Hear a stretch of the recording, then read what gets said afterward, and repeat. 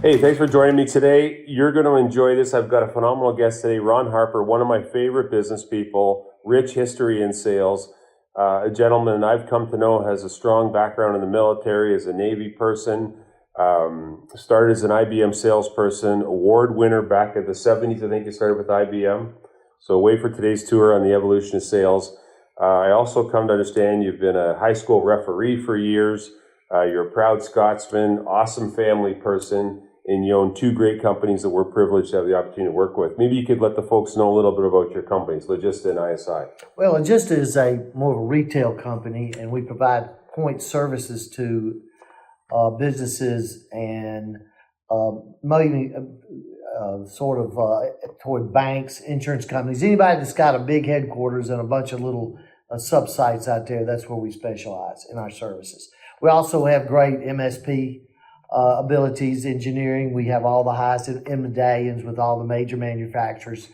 So we believe in training. We believe in support. But we understand we don't make anything. We just got to make it work. Yep.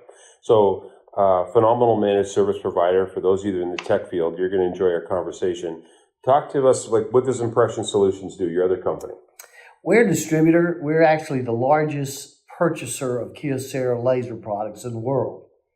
And yeah, we've done it in that business for about 22 years. We have other products. We also distribute Epson. We work with approximately 800 or so resellers every day in the marketplace, providing them products, services, which it differentiates us a little bit from everybody else. And we've got really good relationships with those guys, and we've got some exclusivities that some of the larger distributors don't have. Really proud of that. Really proud of our growth that we've had in that company, and we've got many more good years of service there. So Ron, I see you in so many different ways as a founder of a company, or I think you're a really respected CEO. Your people really like you. You run two very successful companies.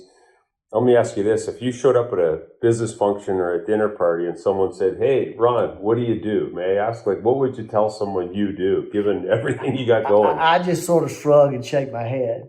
But I think basically I'm a salesman. The salesman? Okay. That's what I was trained to do. And then I learned everything else. I did learn early from my accountant that you can't sell your way out of everything. So you need to really learn how to run a business, okay? Okay. So you hire good people and you listen to them. And all of a sudden, good things can happen, and then they're a little bit wrong. You can sell your way to success.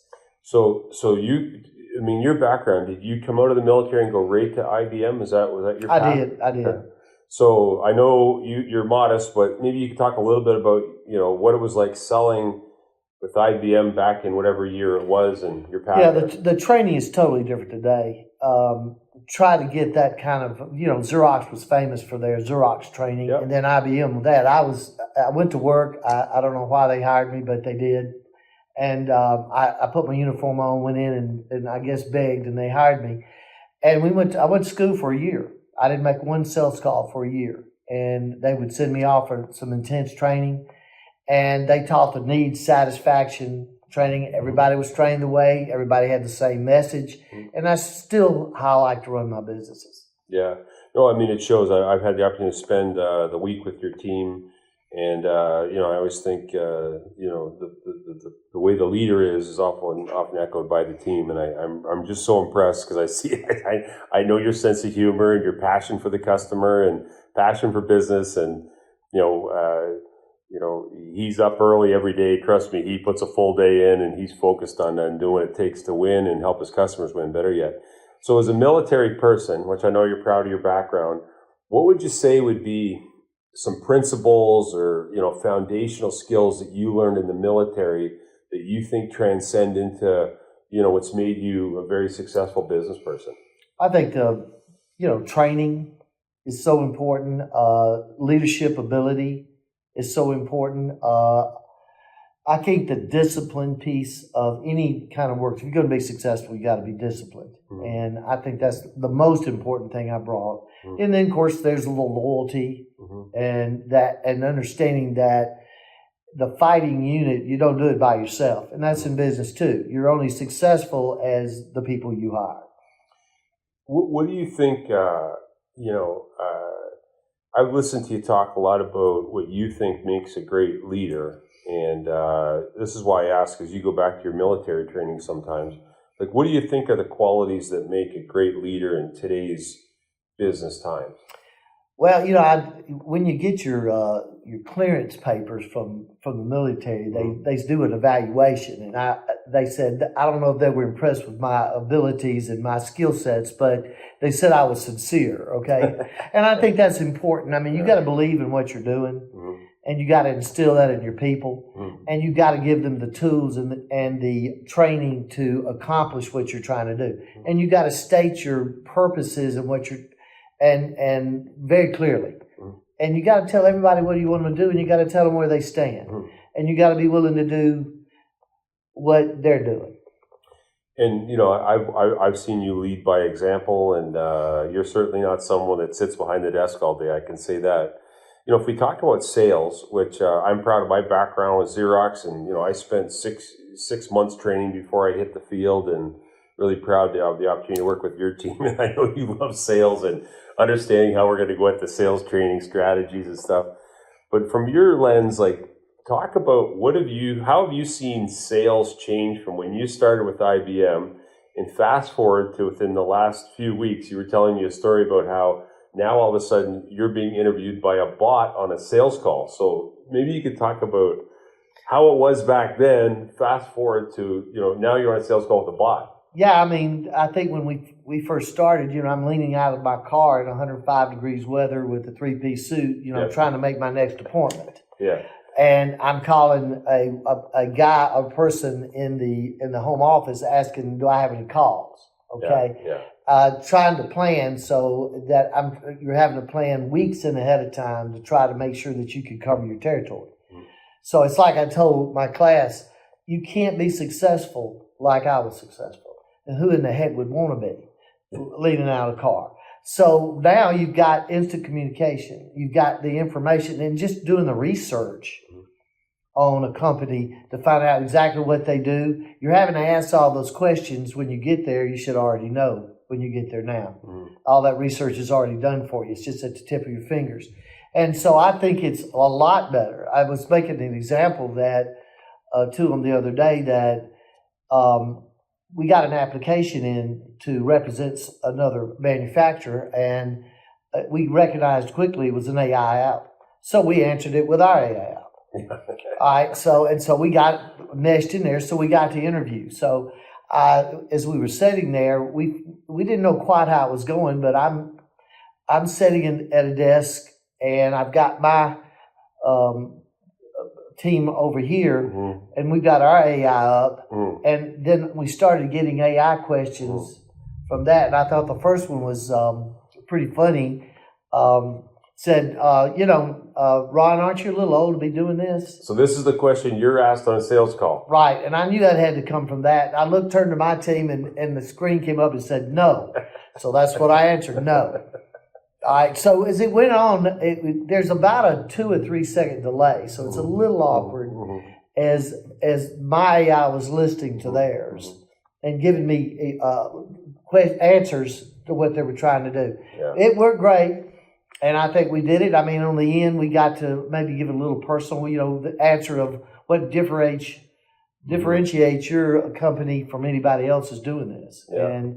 And we were able to answer that. I had a bunch of verbiage right there, but I was able to answer that. Personally, I think we're going to get what we were looking for, mainly because of our preparation.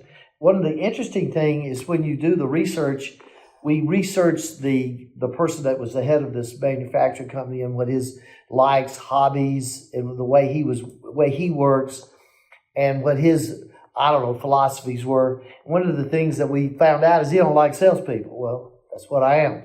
So I couldn't be the salesman. He didn't really like CEOs that well, even though he's one. So my AI came up with a new title. I was the founder. Okay. So he's a founder, I'm a founder. So we found common ground. It's quite interesting than hanging out your window making a phone call. I just thought it was great when you told me that story. And I actually watched Ron tell that story to a class he teaches on sales at Ole Miss. And, I watched the students trigger when you were talking about being interviewed by AI in a sales call. I just thought it was fascinating, from what you've seen, we'll call it old school to today. Now, as you're talking to the Old Miss students over there on the topic of sales, what would you say would be like the key? If one of the students asks you, Ron, what's it take to be successful in sales today, given your background and your success? And by the way, I mean, I said earlier, Ron's very humble, but he was selected by IBM based on his success to talk to thousands of IBM salespeople on how he did it. And success is often difficult to replicate. But if the students were to ask you, Ron, what is it that separates the middle of the pack salespeople, we'll call it? What makes the great ones great? I think, the motivation to be successful. Mm-hmm. It's like any job that you're doing. Prepare yourself, which means training, mm-hmm. Make sure that you understand what you're trying to sell and believe in it. Mm-hmm. And you got to spend the time. It's not an 8-to-5 job. No. And the hardest job, I tell them, as you walk up to a door, that doorknob can get big. Mm-hmm. And you're turning it with both hands trying to get in, mainly because you're going to get a large amount of rejection when you're trying to sell. And you got to be able to handle it. And, but I always say if we lose a sale or something happened bad, I said, look, this guy ain't the only one buying today. Let's go find the other guy. Absolutely. I mean, I just find, your positive attitude transcends to your leadership team and then, of course, the people that meet with your customers. And I think, one of the greatest assets of both your companies is your people. But, and I think great leadership attracts great people. Speaking of leadership, there's a lot of people that believe, let's take a sales manager or a sales leader, such an important role today.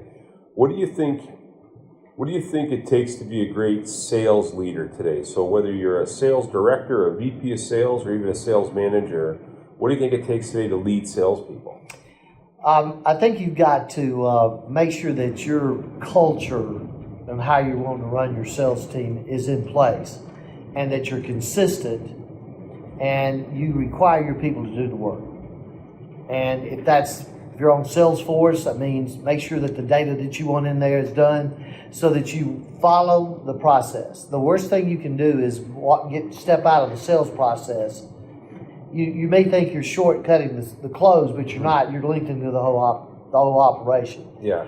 So I think that, a leader, be successful in your own right, be fair. It's like any leader in any kind of organization, but set your culture and your way to be successful. Now you've got to listen to the people that sell.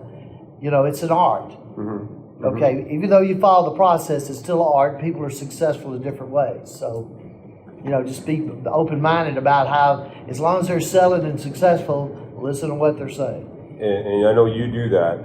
So you told me stories about your military background and how structured it was in terms of training. I think a lot of salespeople today feel like they may be micromanaged with technology and the way they're measured and whatnot. Do you have any suggestions around maybe not being a micromanager, if I may call it that? I think that, I'll use some buzzwords, communication and sort of collaboration, being trained on making the team successful is good. Mm-hmm. So, and requiring everybody to do the same thing. Mm-hmm. Okay, so yeah, you're saying technology. I mean, we have to have the data. So, everybody has to understand and have the data. But knowing when, and in just any kind of management, knowing when to apply the pressure and not apply the pressure, knowing to recognize success for it. So you can be I use humor. Oh, you do? Yeah, I make fun of people. But in a good way, though. It's a good way. Yeah. It's a positive way. Yeah. I mean, you don't ever want to humiliate everybody, but you can see people that need some help, need some encouragement, and you can do that in different ways. Mm-hmm. To do that, I said, with my group that you've been with this week, they've got such different personalities. Mm-hmm. Mm-hmm. So you want to make sure that everybody stays on the common story, mm-hmm. have the common. I mean, we script a lot of stuff to make sure that everybody's telling the same story mm-hmm. on that. And one of the things that I want to teach my folks is we've got to be relevant to our customer base. We've got to be a part of their success. are part of their profitability. So everything we design and say and do, just not fill up your warehouse because I need to make quota. It's, what are you doing to make money? Where are you? I mean, I'll even take product back sometimes if I've overloaded them to make sure that they can stay profitable. And it's the old saying, and that goes with my customers too, nothing happens till somebody sells something. No, exactly. So let me, if we pivot to kind of from sales maybe to business technology, and you run a very well-respected managed service provider, you're doing nationwide rollouts, actually in both your companies. So if you were talking to a business leader right now, what would you say might be some mistakes they may be making when it comes to using technology to drive their business forward? Like, a lot of people are reluctant to try technology. Now, I find you very advanced in technology, and you understand, I think, the macro and as well the micro. But as business leaders think about, how should they use technology? Are there mistakes you think they're making that they should be reconsidering, knowing what you know? Well, I mean, in this day of, with all the troubles that we're having out there with breaches and people losing your information, I think even no matter what technology you're using or how old it is, you've got to protect your data. And I think that's the mistake they make. You're trying to save money and you put yourself open to that. And it's not that you have to spend a ton of money, just make sure you protect what you got. And it's where you put the data and how you use it. We're all trying to go to the cloud. And I think now we're sort of thinking that it needs to be more of a hybrid on that. Where you house your application, even these national, and I don't want to speak of any particular manufacturer, but everybody's subject to get hacked. And the biggest thing is to make sure that you have in place a plan to catch it quick, make sure that you don't let the damage get total, and a way to recover.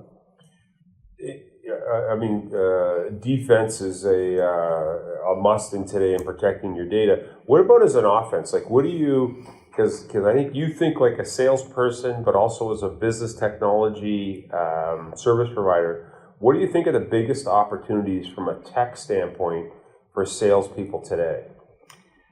Well, again, we want to be part of the discussion on how to protect your company and what we need to do to keep you current, because there's new ways to all the time for people to attack you. So a salesman that's in discussion with how they're storing their data, what applications they're using, where they use it. So you're part of the discussion every day on how they run their company from a technology side. And then you see opportunities.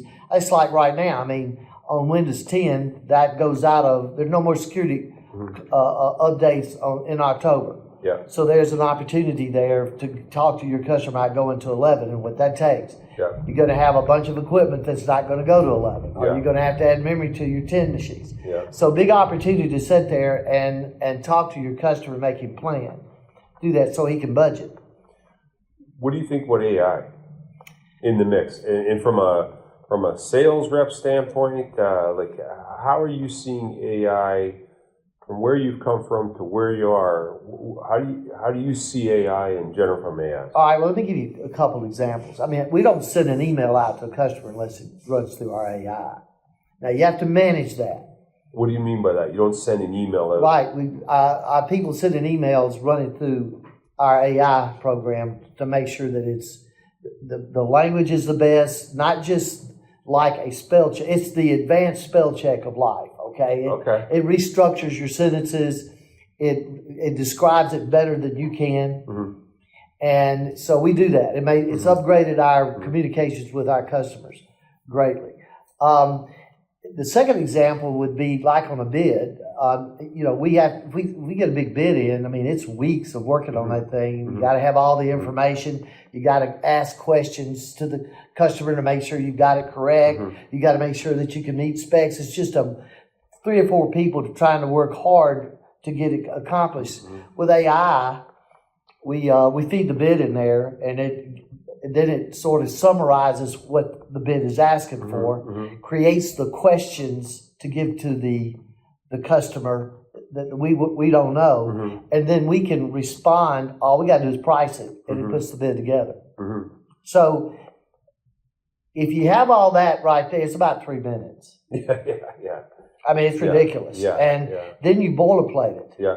And as you increase the data that you have Mm-hmm. about your company and bids, Mm-hmm. then AI goes through and shifts and gives you the best practices and the best language to do it. And so it allows you to do hundreds more bids than you used to be able to do. Mm-hmm. So just transitioning,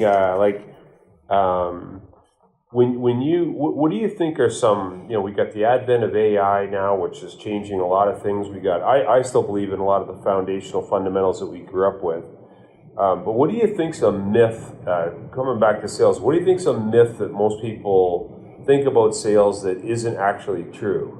I think that if you think that you have the best price, that's always going to win the bid or always going to win the business. That's a myth.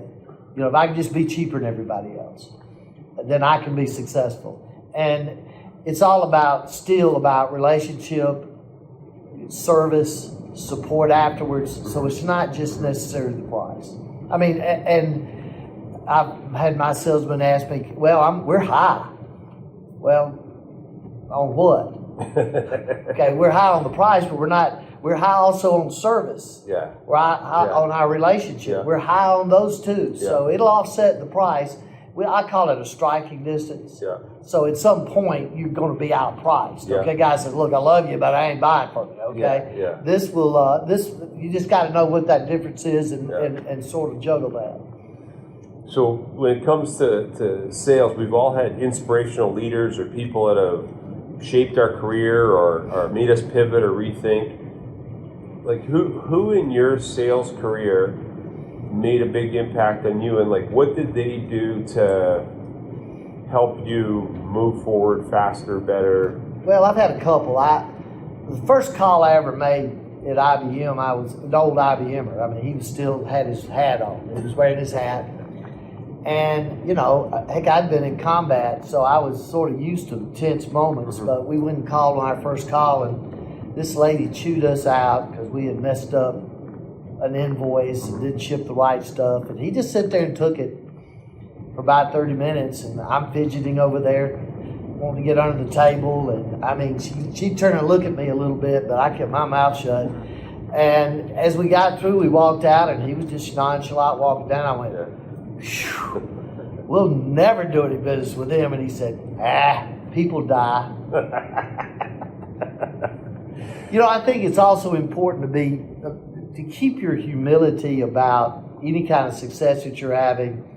And, I see some of my peers that, they want to buy things and this and tell their customers how successful they are.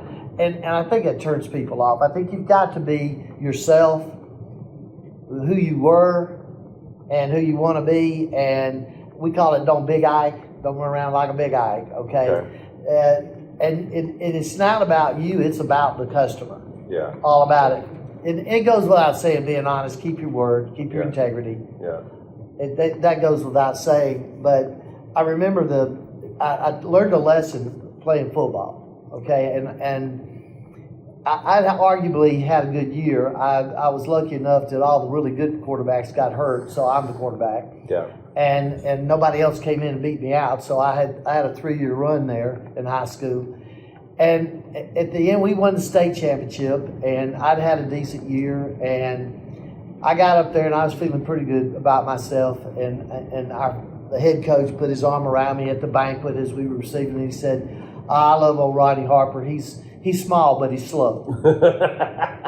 So anybody can bring you down, but keep in mind that, I always say, I tell a story about the bigger RV. Okay, what's the bigger RV? I got an RV, and I was so proud of that thing. I mean, I could take all my stuff with me. My wife was not quite as excited about it, but I was. And I got in there, and I could ride down, I could pull in. I had my air conditioner. I had everything with me. So I remember the first sort of trip we went on, and I pulled in there, and I was setting up everything, and this guy pulls beside me with one about twice as big as mine. I was deflated. His automatically came out and did all this stuff, and I'm thinking, Nick, I'll never catch that guy. Yeah.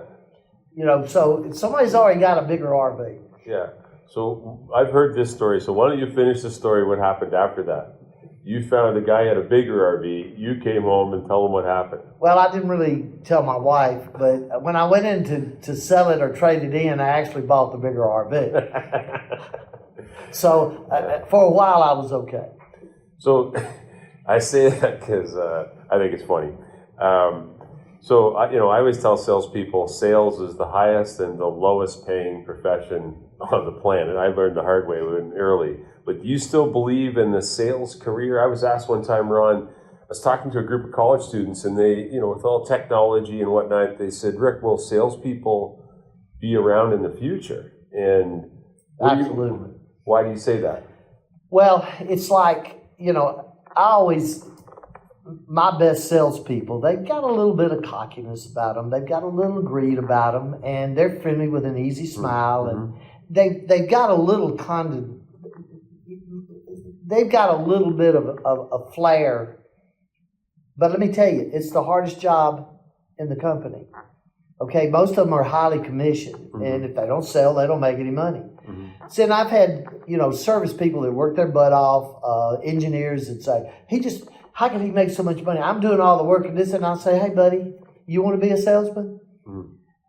Come down to the office, I'll sign you up. And you can be paid his compensation and how he's done it, and you can go out every day and sell. I haven't had a taker yet. Okay. It's a hard job, but it's fulfilling, and you can quickly grow and make it. If it's about the money, guys, that's where you want to be.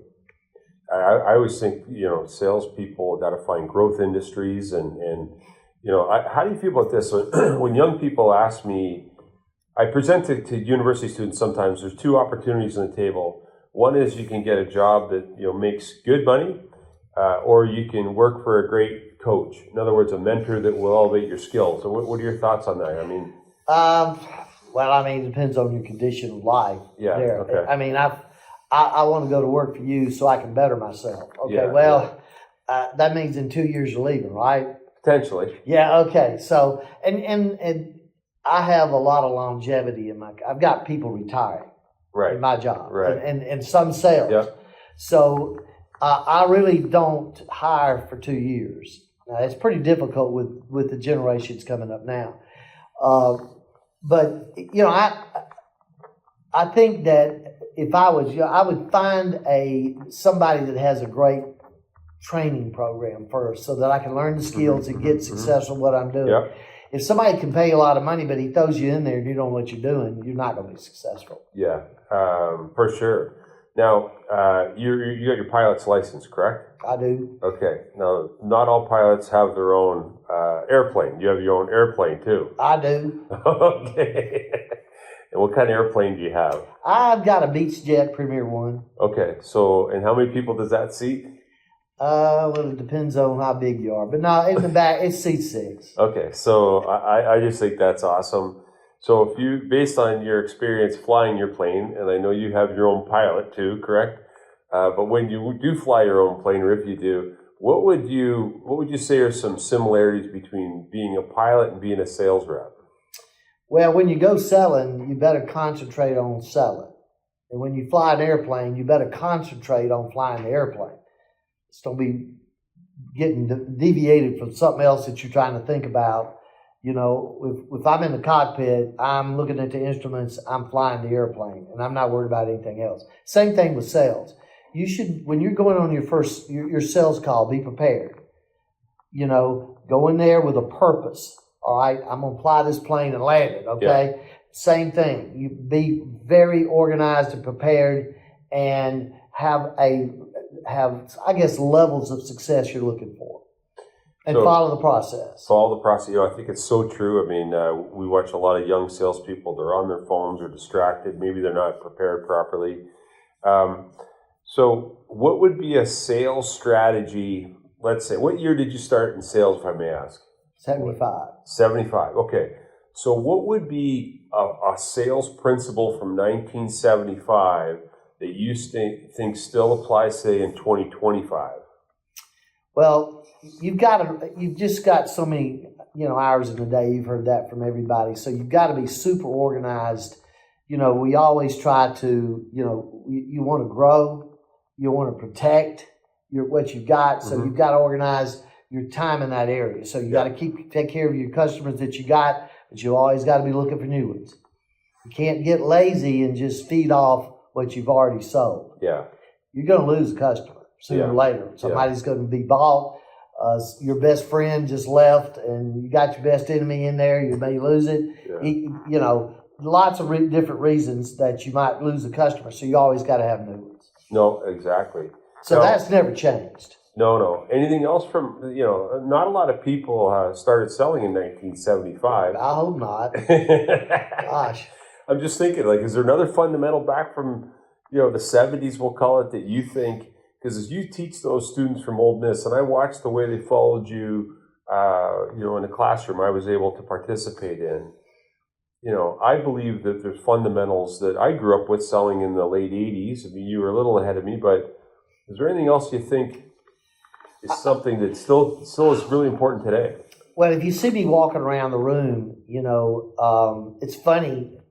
We sell wide format printers, and some of the media that we use is to be able to put a sign on the ground. Right. Because the kids are, say, walking through a school, they're looking at their cell phone, they're watching the ground, they're not watching the ceiling, they're not watching the walls. Yeah. So I still think it's important that people buy from people, even though you've got all this other stuff. Relationships will save you. Yeah. They will absolutely save you if you screw up, and you're going to screw up sooner or later. Yeah. So I think the principle of looking somebody in the eye and being a little personal, even I don't care what generation you're in and how you do it, that you've got to be able to sit down and gain trust. You can't gain trust over the phone. You can't gain trust in a video. You got to sit down. As you observed the meetings this week with our major vendors that came in, what was the most successful piece of it? Was it our presentation? Was it the way we fed them? Was it the way we introduced things? Or was it after everything's said and done and we're sitting in a circle talking like people? What was the most successful piece of our presentation? And you don't want me to mention your fancy cigars. I think it was the after hours conversations that we had with those people where they got to know you as a person. And what I really admired was that you and Ray Looney, who runs your Impression Solutions business, who I think the world of, I thought you guys, you didn't talk a lot about business, to be honest. I thought you talked a lot about the person and what they were doing and what they were trying to you want to talk about general marketplace. I've got some really good people here at ISI. I've got my oldest son-in-law in here, runs the operations side of this house. Very detailed, very project management oriented. He's not really a salesman, but then you compliment yourself with a person like that. I got to have them in every aspect of my business. Yeah. Somebody to take care of my promises that I made. But what we talked about was the marketplace, where they came from. As the night goes on, and every one of them, and none of them had been here before. I mean, I've had the president of both of those big manufacturers here. Man, this was special. Yeah. And I'm not kidding. This was a special. And then they say, thank you for your hospitality. Well, that's a southern thing. Yeah. But most of these people are from the west or are from the north. Yeah. They just not experienced that close. That food was fantastic. The other guy said, you have such attention to detail, whether the flower arrangement, the location, the flower arrangement on the gift bag and the cabin we put them in. And so my marketing folks understand. You saw how personal they were to go up and find out what their maybe personal needs are. So attention to detail, and that's in any business. I thought it was genuine, and to your point, I thought your guests this week, and they were business executives, I thought they really felt special, and I think that's really important. Now, hey, Ron, as much as I think of you highly, everybody makes mistakes, and I'm just wondering, what might be a mistake that you've made, whether it's your sales career or your business career, that you look back and you learn something from? There's just, you don't have enough time. Okay, you know, I always say I've taught myself out a lot of sales. Yeah. Okay, Yeah. and because I like to hear the sound of my voice, and I have so much more to share. So, you know, as you go through the process and you've done your trial close, and the guy is shaking his head the whole time, and it's to the point of saying, "Hey, here's your contract. Press hard. The third copy's yours." Yeah, You know, the yeah, old saying at yeah. IBM. And you continue to talk. Yeah. I always tell my guys, look, when you've got the order and it's done, get out and be quiet. Yeah. I probably, I tell a story. I sent my group up to a really, really large retail chain, and we already had it sold. And they took a printer with them because the guy, that instead of being real smart, I'm sitting on the phone waiting because, I mean, this is like, I've had to get an order for 10,000 of these, okay? Yeah. And the CIO decided he wanted to put a toner cartridge in there. Yeah. And, you know, instead of getting in the way of it and not doing it, they just sort of froze. So when he opened it up and took the cartridge out and shook it, toner went everywhere. Everywhere. Yeah. And, I mean, they were going to go play golf, and his whole golf clubs were covered. So I'll give my lead salesman things is, hey, they've got golf clothes at the country club. We'll buy you some new clothes. Yeah. But needless to say that the guy said, hey, I can't have my people in the field experience this. So we lost it. I would say, why did I take the printer? We already sold it. Yeah. He didn't care what it was. He didn't care what color it was. Yeah. So, yeah, you can make mistakes. Yeah. You can always make mistakes and learn from them. You know, when I look at your team, I think it's a great organizations, both Logista and your ISI, to work for. What is it you look for in people that work for your company, if I may ask? Because you clearly picked winners, it seems to me, in each position, whether it's, you know, we're talking sales, but I look at your people in operations or customer service or technical support, and the tenure of the team and the talent. Like, what do you look for in people when you bring them into your company? Well, I want somebody that you know, is genuine, tells the truth, wants to do better, okay? And then after a while, it takes a little while, you can measure if that's really true. Yeah. I like to see people walk fast. Okay, if you're sauntering down the hall to pass the time of day, I'm not interested. But if you pass me going because you're busy, then you're walking fast. That's the guy that I also want. I look for, when I say the word loyalty, I don't mean forever. I mean that while you work here, you're going to do your best. Yeah. And you feel like that you owe that to the person that's paying you. Yeah. And I look for people like that.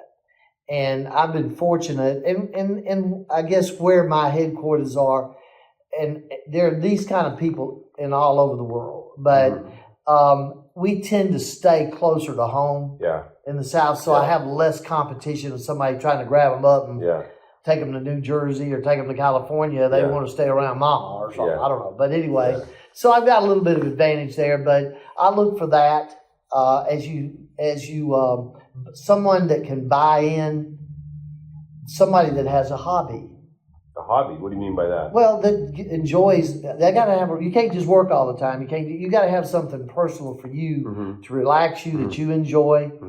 How much business if I close on a golf course? Yeah. So I want my salespeople to understand how to have a hobby, whether it's fishing or hunting or whatever it is, that they can do themselves, but they can share with the customer. You know, you seem to take a personal interest in your employees and their families. Well, why is that? Well, I mean, it's a business reason, of course, but that's just my personality. You know, as the older I get, the more, I guess, grandfatherly I feel, especially with people who've been with me a long time. I enjoy watching other people's success. Yeah. I mean, still why I'm hanging around. Yeah. I want to make sure the people, you never do this by yourself, by the way. There's always someone that's helping you and somebody coming up with an idea you didn't think of. And I want those people to achieve success. And I've seen them raise their kids, send their kids to college. I'll go to graduation. It just gives me pleasure, I guess, to see somebody else successful. So I know you're a proud grandfather and grandfather. How many grandkids have you got? I got 6. Okay, so if I polled your 6 grandchildren, how would they describe their grandfather, Ron Harper? Well, I've always said I'm not sure how good a father was, but I'm a hell of a grandfather. I'm almost playing B and C. They know that they all come talk to me. Even my 20-year-olds want to still sit on my lap. Okay. They're girls, Okay. and talk. So I take an interest. I make an effort to go see what they're doing, not get involved in their business or live or try to tell them what to do, but just be there for them. Yeah. So my last question is, what drives you? Because a lot of people that, speaking openly, have achieved your level of success, they go and do something else, or they fade. They don't have the drive that I see in you. And I think it helps being a salesman. Okay, that's my sort of my culture in myself. Running the businesses, I love to sell. I love to win. I hate to lose, and this gives me that ability. But I have this constant belief that my best days in my companies are to come, and I want to be around to see that success. And I want to make sure that the inheritors of what I'm doing are well trained and have the best chance to succeed. Well, I just want to thank you very much for talking to me today, and I just think the world of you as a guy and a business leader that I enjoy listening to, and you've been a good mentor to me. Just so you know. Well, you're important to my business, and your ideas and the way you present things. You're one of that other voice for us sometimes, and you're a heck of a sales trainer. And we appreciate it, and I hope you're around a long time. Hey, Ron, thanks very much. And pleasure. For those of you that haven't met Ron Harper before, I hope you got a feel for why I think so highly of this guy and why I wanted to have this conversation with him. So thanks so much, buddy. Really appreciate it.